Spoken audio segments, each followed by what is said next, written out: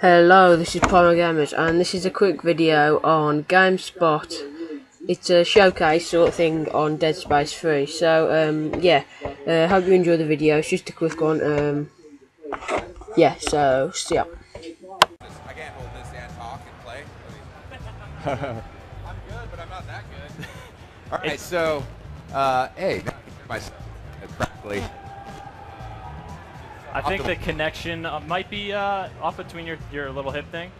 Now, folks, you're looking at the Dead Space 3. We took a look at it yesterday during the press conference. Sharif, can you give us an idea of sort of what the starting point is here for folks who maybe missed the press conference? Yeah, so as you can see, we've got Isaac and our co-op buddy Carver standing in this in the drill room. So they're on their way to get out to the exterior of the planet, and as you can see, you've got our main character, Isaac, who's got the green rig on the left, and then our all-new co-op character, Carver, on the right with a teal kind of rig on the right. So we're going to be heading down there and trying to get past. Now, correct me if I'm wrong, but Carver is a little salty character. He seemed to be one of them seemed to be a little mouthier than normal yesterday during the demo. I mean, you know, you got to have some personality, and I think that you guys are bringing that in here. Is definitely different than Isaac, that's for sure, but I think people are going to learn about Carver as they get into the game. At the start of the game, he's definitely got a little bit of an attitude, but he does kind of evolve throughout the experience. Excellent. All right, so as Sharif said, it's Carver, it's Isaac, and we've kind of entered this drill room in this excavation facility on Tau Volantis. So let's go ahead, Sharif.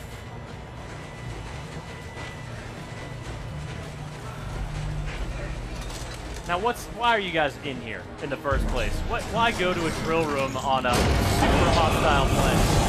Well, at this point, we're trying to hook up with some other people that are part of the party that Carver and Isaac are part of. But coming to this planet, the motivation, it's kind of a complex motivation. Isaac is actually here to try to find a friend of his who's been separated from them. And then the bigger picture is really trying to put an end to this necromorph infestation. Once and for all. Oh shit. Back up! And now you're trapped in this area with this giant drill. Again, the Dead Space series, you guys have used environmental hazards like this on a large scale to great effect in the past. And so this is a cue that we can expect more of that from Dead Space 3. Well, definitely. I mean, we want to make, the environment's a big part of Dead Space 3. Going to this planet is, it's giving us a lot of different opportunities. Really, when you think about it, the low visibility, the cold, all these things give us new chances to play with the player and scare them. It's really fun to be able to have necromorphs kind of come out of the low visibility or pop out of the snow, and adds a lot of different gameplay. But the other thing that's cool about Dead Space 3 is it's not just on Tau Volantis. We've got multiple locations, including a haunted space flotilla that is in orbit above the planet. So there's a lot of traditional Dead Space zero gravity gameplay and corridor hallway gameplay. So we've got a whole bunch of different stuff going on with the game. So that gets back to earlier question, my colleague and Tom and I were discussing. Dead Space 3, the parts you're showing off here, very action heavy, has come a long way since the atmospheric horror of Dead Space 1. It's a whole different kind of scare.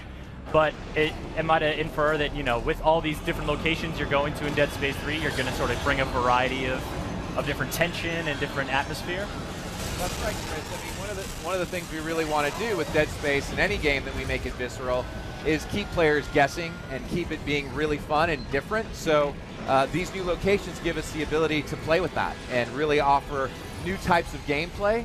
But one thing I want everybody to be sure of, we have enjoyed working on Dead Space, and we're going to keep all the stuff that people love from Dead Space 1 and 2. What we're showing you here, what we showed at the press conference, this is about showing new Dead Space stuff. Okay. People should understand, hey, we're going to have all that stuff that they enjoyed before. We're just showing off the new stuff, like things that they hadn't seen before, like an ice planet, like this giant drill, and what's coming up next. And that's the kind of thing that you got to keep in mind when you're seeing these short E3 demos. You're seeing something that the developer wants to highlight. If you guys rolled out here with some Dead Space that was super reminiscent of earlier ones, the cry from the chorus would just be, same old Dead Space, rah, rah. But you know, showing something new, showing sort of some more versatility, and showing off this. This got me during the press conference too, and it's getting me now. This beautiful skyscape and burning sunset. This game looks gorgeous. Thank you. Yeah, the team's done an amazing job on the visuals, and we've continued to refine the visuals. As you can notice, we've added some improvements, pretty noticeable ones in terms of the way that we render the characters and the environments. You know, what we're doing with the snow is very different. And that's, again, we're trying to continue to evolve what we do. We don't want to just rest on what we've done in the past.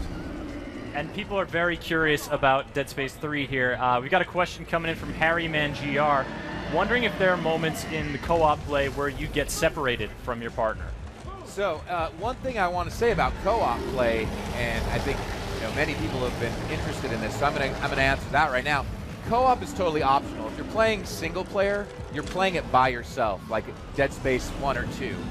We've taken painstaking efforts to make sure that you'd be able to play Dead Space the way that you experienced it in Dead Space 1 and 2. So to get to the point of the question there will be situations where you kind of break up or break away if you're playing co-op, but really what we're trying to do is retain that feeling that you get in single player when you're in single player. And when you go into co-op, it's a little bit different. You get banter between Carver and Isaac. You get more co-op activities. You get some story elements that you wouldn't normally get to see in single player. But that's really the thing I want to stress, is that co-op is optional, and you don't have an AI follower. No AI follower, I repeat. And I think in one fell swoop, you just answered about 50 of the questions we've been receiving through the chat. So well done. All right. Awesome. Prescient. You know what people want to know about your game. Other folks are curious about upgrades and sort of how that works in the co-op play and co-op versus single player, that sort of mechanic. Yeah, so in terms of upgrades, we're going to have them. And some people may have noticed me playing with a couple different weapons that they hadn't seen before. We've got a pretty advanced new system around our weapons and crafting that we are going to talk about later. So I can't get into those details now, but we're really anxious to get into that later. Excellent. And now we're just going to spend some quality time inside of a giant alien. Yeah. That's different. You know, you got organic walls instead of rocky walls. Not exactly a mining facility.